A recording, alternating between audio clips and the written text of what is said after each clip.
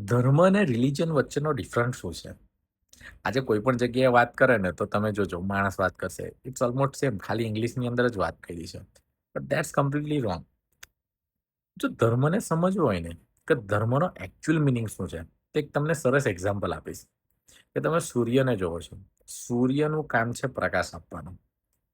ના તો એ માણસ જોવે છે, ના કોઈ જીવજંતુ જોવે છે, ના પ્રાણી જોવે છે, ના ઝાડ જોવે છે. એ બધાને જ ઇક્વલી આપે છે. એ સૂર્યનો ધર્મ છે. સેમ વે ની અંદર તમે કોઈ વૃક્ષને જોશો ને તો એ પણ એનું કામ છે ફ્રૂટ આપવાનું. ડઝન્ટ મેટર દુનિયાનું કોઈ પણ પ્રાણી હોય, એનું કામ છે ફ્રૂટ આપવાનું. એ કોઈ દિવસ પાર્શિયાલિટી નથી કરતો. એને ધ્યાનમાં રાખીને તમે ઘણી જગ્યાએ તમે જોશો ને તો જે જગ્યાએ અહીંયા ખોદકામ ને બધી વસ્તુઓ કરવામાં આવે ત્યાં સનાતન ઓલવેઝ હોય જ છે. કેમ? બીકોઝ એને ઓલવેઝ બધાને ઇક્વલી જ આપ્યું છે. તો હવે તમારે નક્કી કરવાનું છે કે તમારે સૂર્ય બનીને બધાને પ્રકાશ આપવાનો છે, કા પછી એક રૂમમાં રહીને એક બલ્બ રૂપે પ્રકાશિત થઈને એ ખાલી રૂમમાં પ્રકાશ આપવાનો છે. ઓમ નમો નારાયણ.